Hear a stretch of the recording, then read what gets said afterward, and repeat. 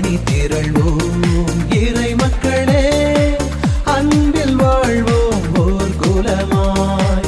அனைத்தும் படைத்து அழைத்து காக்கும் அன்பு தெய்வம் அழைக்கின்றார். மக்கள் அனைவருமே களிப்புடன் கை கொட்டுங்கள், மகிழ்ச்சி குரலுடன் கடவுளை புகழ்ந்து பாடுங்கள்.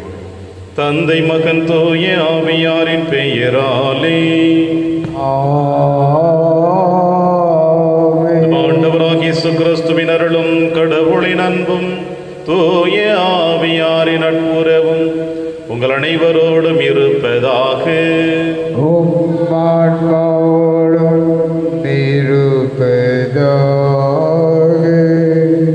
உன் பாவங்கள் மன்னிக்கப்பட்டன.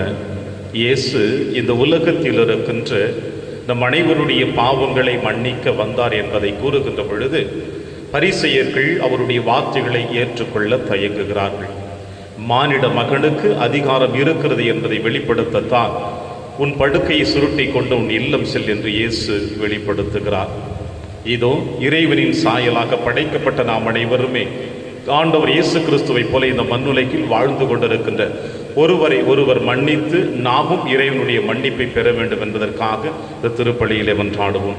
மேலுமா இந்த திருப்பலியானது குழந்தை தெரேஸ் மரிய பிரகாசம் லிட்டில் ஃப்ளவர் குடும்ப கருத்துப்படி குடும்ப நலனுக்காகவும் குடும்பாசிற்காகவும் குழந்தை தெரேசுக்கு வயிற்று வலி குணம் பெறவும் குடும்பத்தில் மரித்த சம்மனசுமரி சபரிமுத்துடைய ஆண்மலை பாற்றிக்காக இந்த திருப்பலியானது ஒப்புக் கொடுக்கப்படுகின்றது. திருப்பலி ஒப்பு கொடுக்க தகுதி பெறும் பொருட்டு இப்படி பாவங்களை ஏற்று மனம் வருந்துவோம், இறைவனின் மன்னிப்பை பெறுவோம். இல்லாமல்ல இறைவனிடமும் சகோதர சகோதரிகளே, உங்களிடமும் நான் பாவி என ஏற்றுக்கொள்கின்றேன். ஏனெனில் என் சிந்தனையாலும் சொல்லாலும் செயலாலும் கடமையில் தவறியதாலும் பாவங்கள் பல செய்தேன். என் பாவமே, என் பாவமே, என் பெரும் பாவமே. ஆகையால் எப்போதும் கன்னியான புனித மரியாவையும் வானதூதர் புனிதர் அனைவரையும் சகோதர சகோதரிகளே உங்களையும் நம் இறைவனாகிய ஆண்டவரிடம் எனக்காக வேண்டிக் கொள்ள மன்றாடுகின்றேன். இல்லாமல்ல இறைவன் நம்மை இரக்கம் வைத்து நம் பாவங்களை மன்னித்து நம்மை நிலை வாழ்விற்கு அழைத்து செல்வராக. ஆமென். ஆண்டவரே இரக்கமாயிரும். ஆண்டவரே இரக்கமாயிரும். கிறிஸ்துவே இரக்கமாயிரும். கிறிஸ்துவே இரக்கமாயிரும். ஆண்டவரே இரக்கமாயிரும். ஆண்டவரே இரக்கமாயிரும். மன்றாடுவோமாக. இறைவா, உமது அருளாலும் பிள்ளைகளாக தேர்ந்தெடுக்கப்பட்ட நாங்கள் ஒளியின் மக்களாக இருக்க விரும்பி நீரே. அதனால் நாங்கள் தவறு என்னும் இருளில் சிக்கிக் கொள்ளாமல் உண்மையின் பேரொளியில் என்றும் சிறந்து விளங்க அருள் புரிவீராக. உம்மோடும் தூயாவியாரின் ஒன்றைப்பில் இறைவனாய் என்றென்றும் வாழ்ந்து ஆட்சி செய்கிற எங்கள் ஆண்டவர் இயேசு கிறிஸ்து வழியாக உம்மை மன்றாடுகின்றோம்.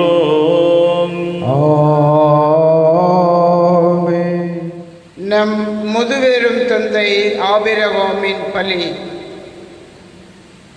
தொடக்க நூலிலிருந்து வாசகம். பிரிவு 22 உட்பிரிவு 1 19 முடிய. அந்நாள்களில் கடவுள் ஆபிரகாமை சோதித்தார். அவர் அவரை நோக்கி, ஆபிரகாம் என.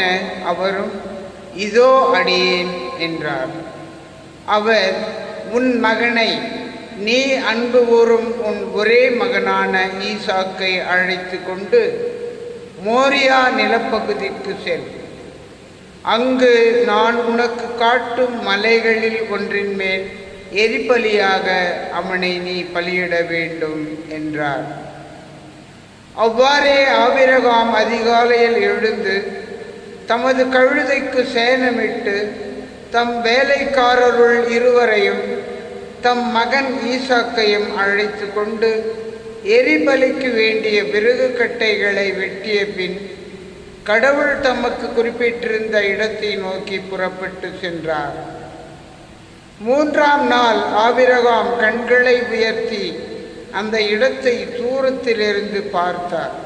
உடனே ஆபிரகாம் தம் வேலைக்காரர்களை நோக்கி, நீங்கள் இங்கேயே கழுதையோடு காத்திருங்கள், நானும் பையனும் அவ்விடம் சென்று வழிபாடு செய்த பின் உங்களிடம் திரும்பி வருவோம் என்றார்.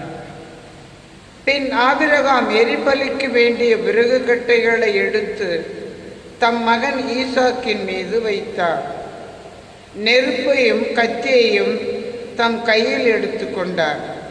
இவ்வாறு இருவரும் சேர்ந்து சென்றனர். அப்பொழுது ஈசாக்கு தம் தந்தையாகிய ஆபிரகாமை நோக்கி, அப்பா என அவர், என்ன மகனே என்று கேட்டார். அதற்கு அவன், இதோ நெருப்பும் விறகு கட்டைகளும் இருக்கின்றன, எரிபலிக்கான ஆட்டுக்குட்டி எங்கே என்று வினவினான்.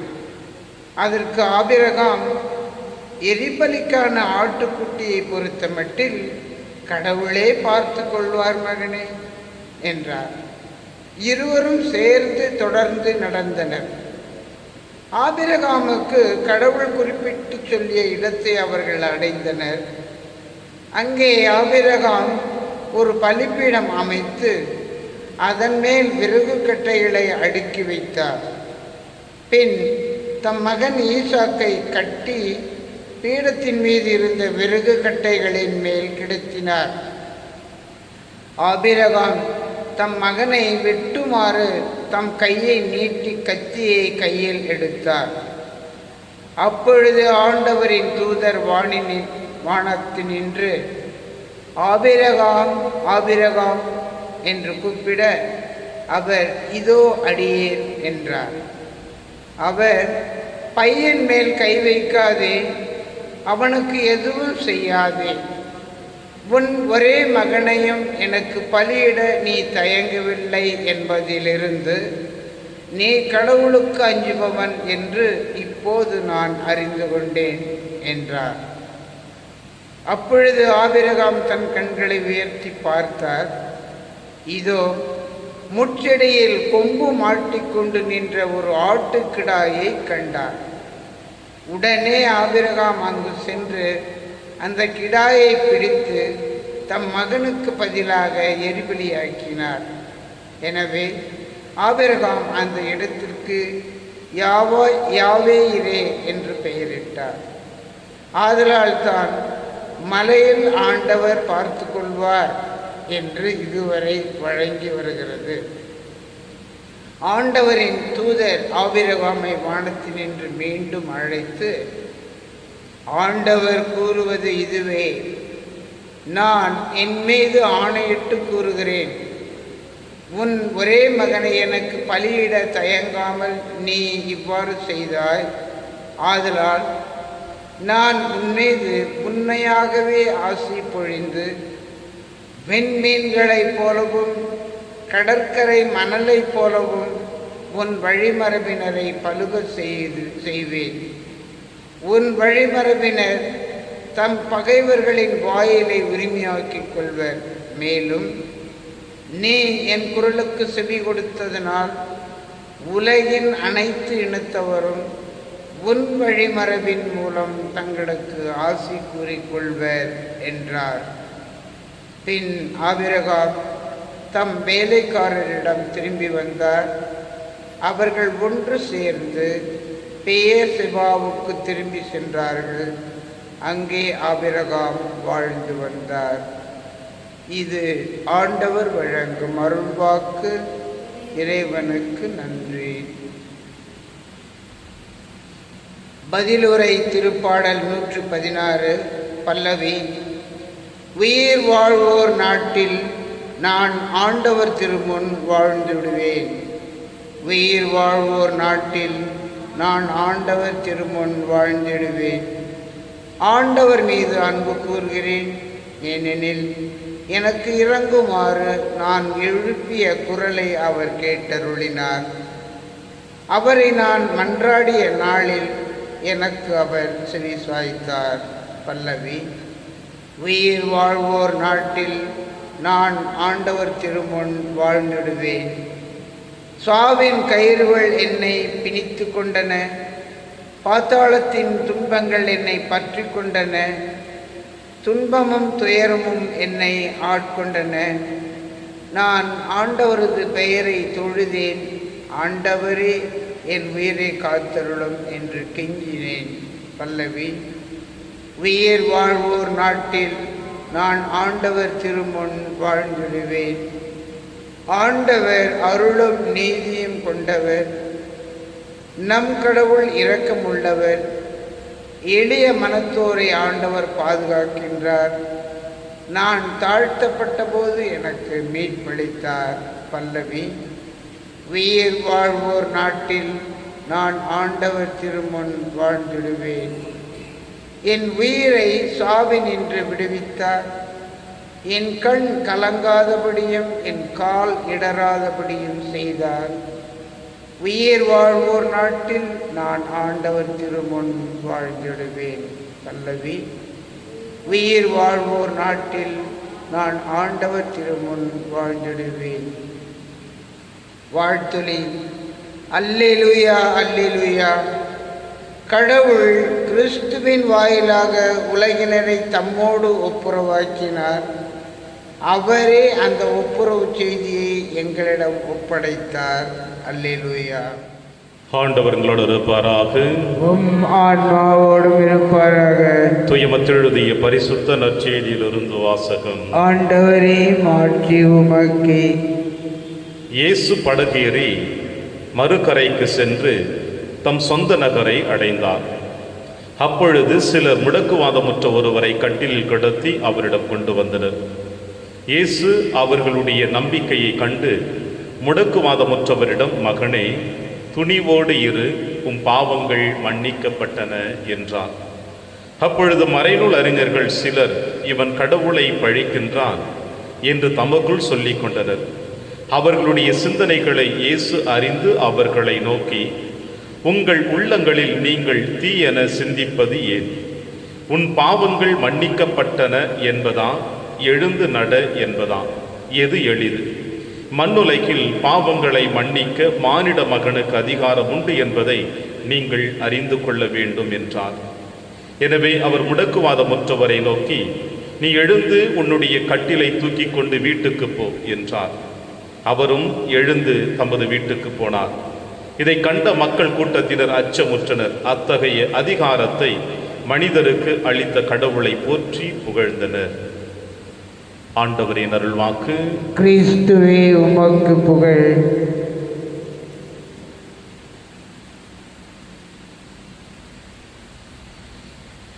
மக்கள் கடவுளை போற்றி புகழ்ந்தனர்.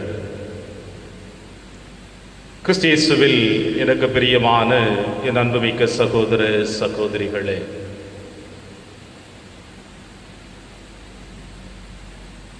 விண்ணுலகில் இறைவனுடைய ஆட்சி நிறைவேறுவது போல இந்த மண்ணுலகிலும் அதே ஆட்சி நிறுவ வேண்டும் என்பதுதான் இறைவனுடைய திருவுளமும், அந்த திருவுளத்தை ஒரு ஜெபத்தின் வழியாக நம் ஆண்டவர் இயேசு கிறிஸ்து தன் சீடர்களுக்கு கற்றுக் கொடுத்ததையும் வேதத்திலே வாசிக்கின்றோம்.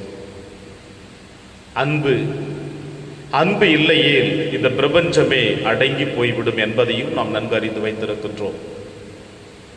என்னதான் இந்த மண்ணுலகிலே அநீதிகளும் அட்டுழியங்களும் பொறாமைகளும் தீச்செயல்களும் தீய எண்ணங்களும் உழன்று கொண்டிருந்தாலும்,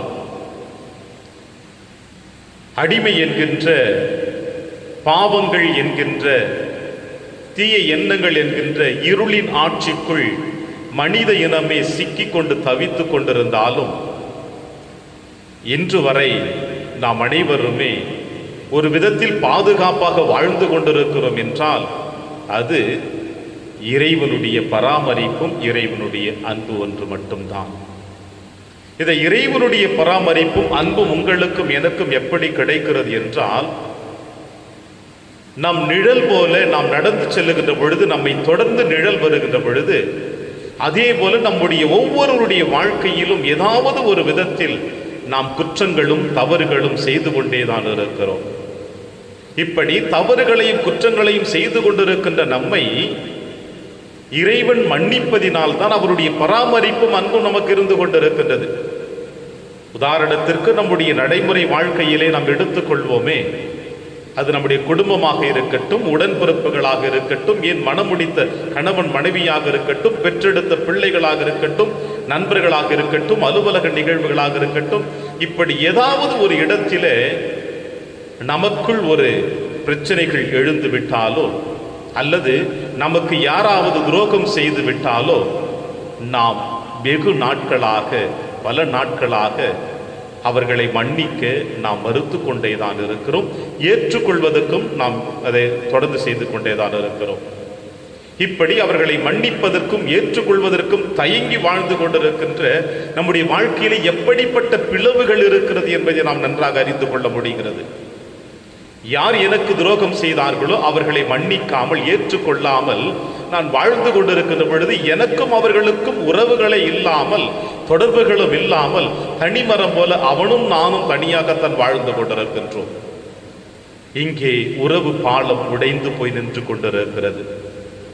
ஆனால் இந்த மண்ணுலகில் வாழ்ந்து கொண்டிருக்கின்ற நீங்களும் நானும் அனைவருமே நம்முடைய வாழ்க்கையில் எத்தனை தவறுகள் செய்து கொண்டிருந்தாலும், நம்மோடு வாழ்ந்து கொண்டிருக்கிறவர்களுக்கு துரோகம் செய்தாலும், நம்மை படைத்த கடவுளுக்கு துரோகம் செய்து கொண்டிருந்தாலும், ஒவ்வொரு நாளும் இறைவன் உங்களையும் என்னையும் மன்னிக்கிறார். அந்த மன்னிப்பின் வழியாகத்தான் அந்த பராமரிப்பும் அன்பும் நமக்கு கிடைத்து கொண்டிருக்கிறது. இதை உணர்கின்றவர்கள் தான் இந்த உலகத்திலே மகான்களாக வாழ்ந்து விட்டு சென்றிருக்கிறார்கள். நாம் அனைவருமே உணர்ந்தாலும் உணராமல் நான் என்கின்ற அகந்தையோடு வாழ்ந்து கொண்டிருக்கின்றோம். அந்த வரிசையில் பார்க்கிற பொழுது, நற்செய்தி வாசகத்திலே பார்க்கிற பொழுது, பரிசேயர்கள் இயேசுவுக்கு எதிராக முணுமுணுக்கிறார்கள், இவன் கடவுளை பழித்துரைக்கிறான் என்று. நான் என்கின்ற, எனது என்கின்ற இந்த சுயநலங்கள் இந்த பரிசேயருடைய வாழ்க்கையிலே எழுகின்ற பொழுது, அவர்களோடு வாழ்ந்து கொண்டிருக்கின்ற மற்ற மக்கள் துயரத்தில் வாழ்ந்தாலும், சோதனைகளில் வாழ்ந்தாலும், கஷ்டங்களில் வாழ்ந்தாலும், நோயோடு வாழ்ந்தாலும், இந்த பரிசேய இனமானது ஒரு சீல் வைத்து குத்தி விடுகிறது. அவர்களுக்கு முத்திரை குத்துகிறார்கள். அது என்னவென்றால், அவன் கடவுளால் சபிக்கப்பட்டவன். நாமும் சொல்கிறோம் அல்லவா, நம்முடைய அன்றாட வாழ்க்கையிலே, நம்முடைய குடும்பத்திலே, நாம் பார்க்கின்ற சமுதாயத்திலே என்ன துரோகம் செய்தானோ தெரியவில்லை, கடவுள் அந்த குடும்பத்தை இப்படி தண்டித்து விட்டார் என்று. என்னவோ நாம் அனைவருமே கடவுளோடு இணைந்து வாழ்வதைப் போல, கடவுள் நேரடியாக நம்மிடம் சொன்னது போல, அவர்கள் செய்த பாவத்தினால், குற்றத்தினால், குறைகளினால் அந்த குடும்பமே, ஒட்டுமொத்த குடும்பமே இப்படி அழிவை நோக்கி சென்று கொண்டிருக்கிறது என்று சொல்லுகிறோம். இறைவன் அழிக்கக்கூடியவர் அல்ல, மாறாக அன்பு செய்யக்கூடியவர் என்பதை நாம் தெரிந்தும் தெரியாமல் வாழ்ந்து கொண்டிருக்கின்றோம். ஏனென்றால் சுயநம் நலம் நம்மை பிடித்து கொண்டிருக்கிறது. அந்த வரிசையில் பரிசேயர்கள், மறைநூல் அறிஞர்கள் இயேசுவை பார்த்து சொல்லுகிறார்கள், இவன் கடவுளை பழித்துரைக்கிறான் என்று. ஏனென்றால் ஆண்டவர் இயேசு கிறிஸ்து சொன்ன வார்த்தை, அந்த மனிதனை பார்த்து, மகனே துணிவோடு இரு, உன் பாவங்கள் மன்னிக்கப்பட்டன. பிரியமான அன்பின் தேவ பிள்ளைகளே, பழைய ஏற்பாட்டு பகுதியிலே பார்க்கின்ற பொழுது, ஒரு குடும்பத்தில் ஒரு நோய்வாய்ப்பட்டு இருந்தாலோ, பிரச்சனைகள் வந்தாலோ, ஏன் குழந்தை இல்லாமல் மலடியாக வாழ்ந்து கொண்டிருந்தாலோ, சமுதாயம் சொல்லுவது, அவர்கள் கடவுளால் சபிக்கப்பட்டவர்கள், பாவம் செய்திருக்கிறார்கள், குற்றம் செய்திருக்கிறார்கள், எனவே கடவுள் அவரை தண்டித்து விட்டார் என்று சொல்லுகிறார்கள். அந்த வரிசையில் தான் இவர்களும் சொன்னார்கள். ஆண்டவர் இயேசு கிறிஸ்து அதே வரிசையில் தான் சொல்லுகிறார், உன் பாவங்கள் மன்னிக்கப்பட்டன, துணிவோடு இரு என்று. பிரியமான நன்மை தேவ பிள்ளைகளே, பாவங்கள் ஒரு மனிதனுக்கு நோய்வாய் கொடுத்து விடுமா என்று சிந்தித்து பார்த்தோம் என்றால், நிச்சயமாக பாவம் மட்டும் ஒரு மனிதனுக்கு நோய்வாய் கொடுத்து விடுவதில்லை. ஆனால் இந்த உலகத்திலே எத்தனையோ மனிதர்கள் தான் செய்த பாவத்தினால் தான் நோய்வாய்ப்பட்டு கிடக்கிறார்கள் என்பதையும் நாம் அறிந்து வைத்திருக்கிறோம். அந்த வரிசையில் இன்று பார்க்கிற பொழுது, ஆண்டவர் இயேசு கிறிஸ்து முதலில் அந்த முடக்குவாதமுற்றவனை பார்த்து, துணிவோடு இரு, உன் பாவங்கள் மன்னிக்கப்பட்டன என்று சொல்லுவதும், இறுதியிலே அவர் சொல்லுகிறார், நீ எழுந்து உன் கட்டளை தூக்கி கொண்டு வீட்டிற்கு போய் என்று சொல்லுகிறார். ஆக முதலில் ஆண்டவர் இயேசு கிறிஸ்து சொன்ன வார்த்தை என்னவென்றால், உன் பாவங்கள் மன்னிக்கப்பட்டன என்று சொல்லுகின்ற பொழுது, அவன் செய்த பாவத்தினால் அவனுக்கு இப்படிப்பட்ட நோய் அவனை தாக்கி இருக்கிறது. இறைவன் தெளிவாக வெளிப்படுத்துகிறார். அவன் எப்படிப்பட்ட பாவம் செய்தான் என்பது அவனுக்கும் இறைவனுக்கு மட்டும் நன்றாக தெரியும். ஆக பாவங்களை மன்னிப்பது மனிதனுடைய வேலை அல்ல, கடவுளுடைய வேலை என்று இந்த மறைநூல் அறிஞர்கள் சொல்லுகின்ற பொழுது, பரிசேய கூட்டம் சொல்லுகின்ற பொழுது, இயேசு யார் இந்த பாவத்தை மன்னிக்க வேண்டும் என்று அவர்கள் சொல்லுகிறார்கள்? மானிட மகனுக்கு அந்த அதிகாரம் இருக்கிறது என்று சொல்லுகிறார். பிரியமான அன்பின் தேவ பிள்ளைகளே, இறைவனுக்கு அந்த அதிகாரம் இருக்கிறது நம் பாவங்களை மன்னிக்க. அதே அதிகாரத்தை அவருடைய சாயலாக படைக்கப்பட்ட உங்களுக்கும் எனக்கும் ஆண்டவர் இயேசு கிறிஸ்து தெளிவாக கொடுத்திருக்கிறார். எனக்கு எதிராக செய்த குற்றங்களை நான் மன்னிப்பது போல என் குற்றங்களை மன்னியும் என்று நாம் செபிக்கிறோம் ஒவ்வொரு நாளும். எத்தனை முறை ஒரு நாளைக்கு இந்த ஜெபங்களை நாம் சொல்லுகிறோம் என்பது உங்களுக்கும் எனக்கு மட்டும்தான் தெரியும். இந்த வார்த்தைகள் அனைத்தும் நம்முடைய உதட்டளவில் வருகிறதா அல்லது உள்ளத்தின் ஆழத்திலிருந்து வருகிறதா? இறைவன் எப்படி அன்பு செய்து உங்களையும் என்னையும் பராமரித்து தன்னுடைய நம்முடைய மன்னிப்பை கொடுக்கிறாரோ, அதே போல இந்த மண்ணுலகில் வாழ்ந்து கொண்டிருக்கின்ற நீங்களும் நானும் பிறரை அன்பு செய்து அவர்களுக்கு நம்முடைய உதவிகளை கொடுக்கின்ற பொழுதுதான் அவர்கள் செய்த குற்றங்களை நம்முடைய அருட்செயல்களின் வழியாக, நற்செயல்களின் வழியாக அவர்களை நாம் மன்னிக்கிறோம் என்பதற்கு சிறந்த சாட்சியாக இருக்கிறது. எனவேதான் இயேசு சொல்லுகிறார், மகனே துணிவோடு இரு, உன் பாவங்கள் மன்னிக்கப்பட்டன என்று. இரண்டாவது, எழுந்து உன் கட்டிலை தூக்கி கொண்டு வீட்டிற்கு போ. நாமும் இந்த இயேசுவை போல நம்முடைய வாழ்க்கையிலே மன்னிக்கக்கூடியவர்களாக, ஏற்றுக்கொள்ளக்கூடியவர்களாக வாழ வேண்டும் என்று இறைவன் விரும்புகிறார். இறைவனுடைய விருப்பத்தை நிறைவேற்ற இதோ இந்த புனித பரிசுத்த பரிகார பலி நமக்கு ஒப்பு கொடுக்கப்பட இருக்கிறது. எனவே இயேசுவோடு இணைவோம். இந்த பரிசுத்த பரிகார பலியிலே இறைவனுடைய உடலையும் இரத்தத்தையும் அவருடைய வார்த்தைகளையும் உள்வாங்குவோம். இயேசுவாக வாழ முயற்சி செய்வோம். இறைவன் உங்களையும் என்னையும் நிறைவாக ஆசீர்வதிப்பார். ஆமென்.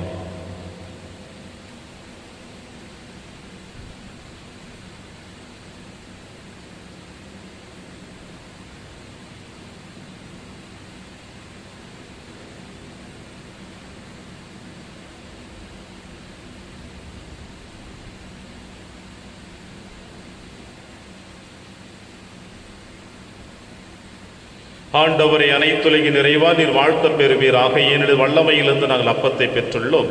நிலத்தின் விளைவு மனித உழைப்பின் பயனுமானது அப்பத்தை ஒப்புக் கொடுக்கின்றோம். இது எங்களுக்கு வாழ்வளிக்கும் அப்பமாக மாறும். இறைவன் என்றென்றும் வாழ்த்த பெறுவராக.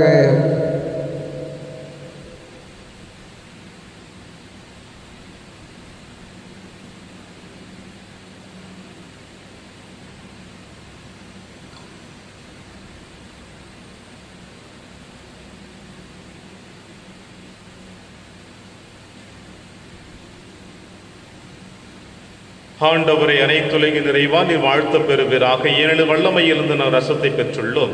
திராட்சை செடியும் மனித உழைப்பின் பயணமான ரசத்தை ஒப்புக் கொடுக்கின்றோம். இது எங்கள் ஆன்மீக பானமாக மாறும். இறைவன் என்றென்றும் வாழ்த்த பெறுவராக.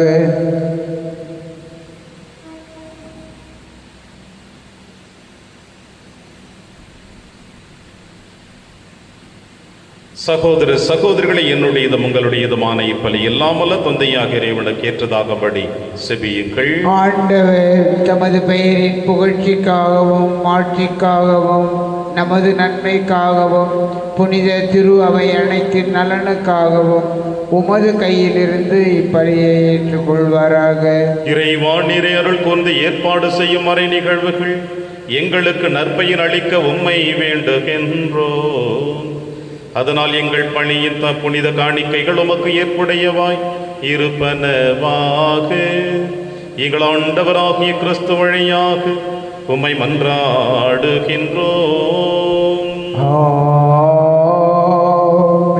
ஆண்டவர் எங்களோடு இருப்பாராக. ஆன்மாவோடும் இருப்பாராக. இதை எங்களை மேலே எழுப்புங்கள். ஆண்டவரிடம் எழுப்பியுள்ளோம். ஆண்டவருக்கு நன்றி கூறுவோம். அது தகுதியும் நீதியுமானது. ஆண்டவரை தூயவரான தந்தையை என்றும் உள்ள எல்லாம் அல்ல இறைவா, என்னாலும் எவ்விடத்திலும் நாங்கள் உமக்கு நன்றி செலுத்துவது மெய்யாகவே தகுதியும் நீதியுமாகும், எங்கள் கடமையும் மீட்புக்குரிய செயலுமாகும். ஏனெனில் எங்கள் புகழுரை உமக்கு தேவை என்று ஆயினும் நாங்கள் உமக்கு நன்றி செலுத்துவது உமது அருட்கொடையாலேயே. நாங்கள் உம்மை புகழ்ந்துரைப்பது உமது மாட்சிமை மிகுதிப்படுத்தாது எனினும் எங்கள் ஆண்டவராகிய கிறிஸ்து வழியாக நாங்கள் மீட்பு அடைய பயன்படுகிறது. ஆகவே வானக தூதர் திரளோடு ஒன்று சேர்ந்து நாங்களும் உம்மை புகழ்ந்தேத்தி மகிழ்ச்சியுடன் அறிக்கையிட்டு சொல்லுவதாவது: தூயவர் தூயவர் தூயவர், வான்படைகளின் கடவுளாம் ஆண்டவர். விண்ணகமும் மன்னகமும் உமது ஆட்சியால் நிறைந்துள்ளன. உன்னதங்களிலே ஓசன்னா. ஆண்டவர் பெயரால் வருகிறவர் ஆசி பெற்றவர். உன்னதங்களிலே ஓசன்னா. ஆண்டவரே, நீர் மெய்யாகவே தூயவர், தூய்மை அனைத்திற்கும் ஊற்று. ஆகவே உம்முடைய ஆவியை பொழுதை காணிக்கைகளை தூய்மைப்படுத்த உம்மை வேண்டுகிறோம். இவ்வாறு எங்கள் ஆண்டவர் இயேசு கிறிஸ்துவின் உடலும் இரத்தமுமாக எங்களுக்கு இவை மாறுவனவாக. அவர் பாடுபட உளம் கணிந்து தம்மை கையளித்தபோது அப்பத்தை எடுத்து நன்றி செலுத்தி அதை பிட்டு தம் சீடருக்கு அளித்து அவர் கூறியதாவது: அனைவரும் இதிலிருந்து பெற்று உண்ணுங்கள், ஏனெனில் இது உங்களுக்காக கையளிக்கப்படும் என் உடல்.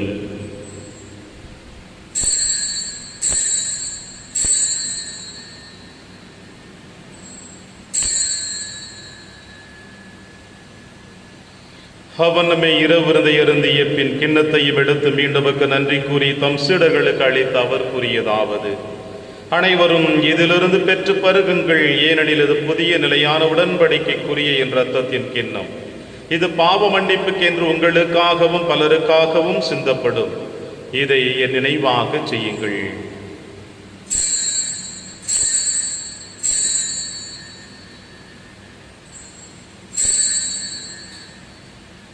நம்பிக்கையின் மறைபொருள். ஆண்டவரே, நீர் வருமளவும் உமது இறப்பினை அறிக்கையிடுகின்றோம், உமது உயிர்ப்பினையும் எடுத்துரைக்கின்றோம். ஆகவே ஆண்டவரே, நாங்கள் கிறிஸ்துவின் இறப்பினையும் உயிர்ப்பினையும் நினைவு கூர்ந்து வாழ்வு தரும் அப்பத்தையும் மீட்பளிக்கும் கிண்ணத்தையும் ஒப்புக் கொடுக்கின்றோம். உம் திருமுன் நமக்கு ஒழியும் புரிய தகுந்தவர்களினை எங்களை ஏற்றுக்கொண்டீர். எனவே உமக்கு நன்றி செலுத்துகின்றோம். மேலும் கிறிஸ்துவின் உடலிலும் ரத்தத்திலும் பங்கு கொள்ளும் எங்களை தூய் ஆவியார் ஒன்று சேர்க்க வேண்டும் என உம்மை தாழ்மையுடன் மன்றாடுகின்றோம். ஆண்டவரே, உலகெங்கு பரவியிருக்கும் திரு அவை நினைவு கூர்ந்தருளும். எங்கள் திருத்தந்தை பிரான்சிஸ், எங்கள் ஆயர் ஆண்டனி சுவாமி, எல்லா திருநிலையினராக அனைவரோடும் உமது திரு அவை அன்பில் நிறைவு பெற செய்தருளும். தந்தையே, நீருடன் அழைத்து கொண்டு சம்மனுசுமரி சபரிமுத்து எனும் அடியார்களை நினைவு கூர்ந்தருளும்.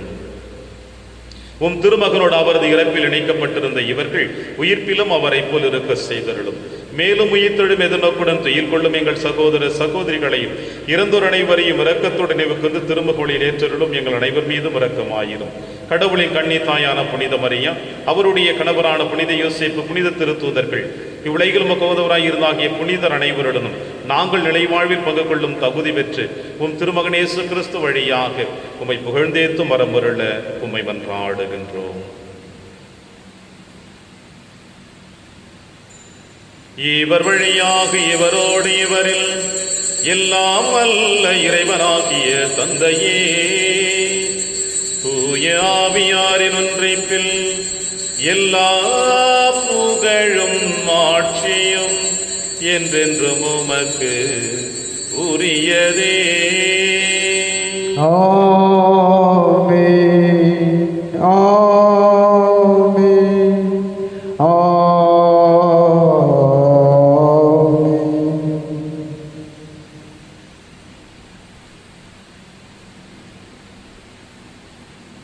மீட்பரின் கட்டளையால் கற்பிக்கப்பட்டு இறை படிப்பினையால் பயிற்சி பெற்ற நாம் அனைவரும் துணிந்து சொல்வோம். விண்ணுலகில் இருக்கிற எங்கள் தந்தையே, உமது பெயர் தூயது என போற்ற பெறுக.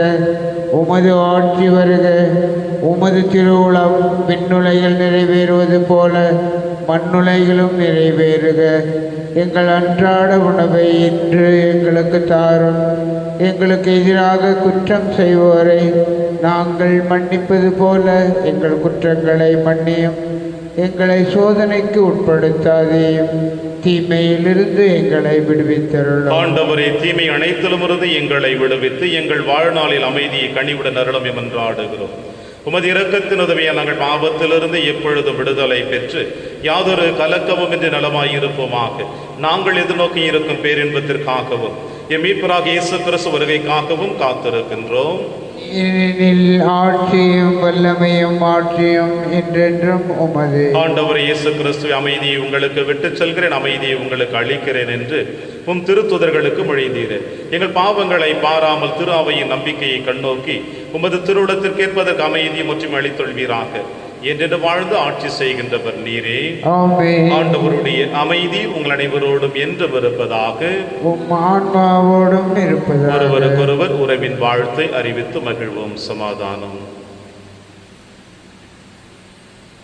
உலகின் பாவங்களை போக்கும் இறைவனின் செம்மறியே, எங்கள் மேல் இரக்கமாயிரும். உலகின் பாவங்களை போக்கும் இறைவனின் செம்மறியே, எங்கள் மேல் இரக்கமாயிரும். உலகின் பாவங்களை போக்கும் இறைவனின் செம்மறியே, எங்களுக்கு அமைதியை அளித்தருளும். இதோ இறைவனின் செம்மறி, இவரை நம் அனைவரின் பாவங்களையும் போக்குகின்றவர். செம்மறியின் விருந்திற்கு அழைக்க பெற்ற நாம் அனைவரும் பேறு பெற்றோம். ஆண்டவரே, நீர் என் இல்லத்தில் எழுந்தருள நான் தகுதியற்றவன். ஆனால் ஒரு வார்த்தை மட்டும் சொல்லியருளும், எனது ஆன்மா நலம் அடையும். கிறிஸ்துவின் திருவிடலும் திருத்தும் காத்து நமக்கு நிலையான வாழ்வளிப்பதாக. ஆமென்.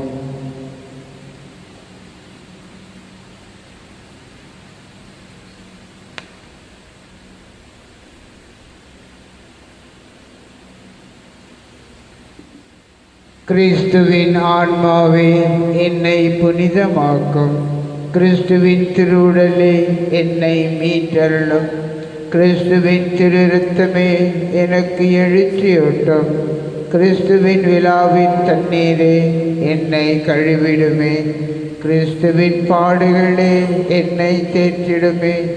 ஓ நல்ல இயேசுவே, எனக்கு செவிசாயும். உம் திருக்காயங்களுள் என்னை மறைத்தருளும். உம்மிடமிருந்து என்னை பிரிய விடாதேயும். தீய பகையுடமிருந்து என்னை காத்தருளும். எனது இறப்பின் வேளையில் என்னை அழைத்தருளும். உம்மிடம் வர எனக்கு கட்டளையிட்டருளும். புனிதர்களோடு எக்காலமும் உம்மை புகழ செய்யும். ஆமென். என் உயிரை ஆண்டவரை போற்றிடு, என்னுள் இருப்பதெல்லாம் அவரது திருப்பெயருக்கு. நன்றி கூறி மன்றாடுவோமாக. ஆண்டவரே, நாங்கள் ஒப்புக்கொடுத்து உணவாக உட்கொண்ட இப்புனித பலிப்பொருள் எங்களுக்கு வாழ்வளிக்க உம்மை வேண்டுகின்றோம். இவ்வாறு நாங்கள் முடிவில் அன்பினால் உம்முடைய ஒன்றிணைக்கப்பட்டு என்றும் நிலைத்திருக்கும் கனிதர் அழ்வீராக. எங்கள் ஆண்டவராகிய கிறிஸ்து வழியாக உம்மை மன்றாடுகின்றோம். ஆண்டவர் உங்களோடு இருப்பாராக.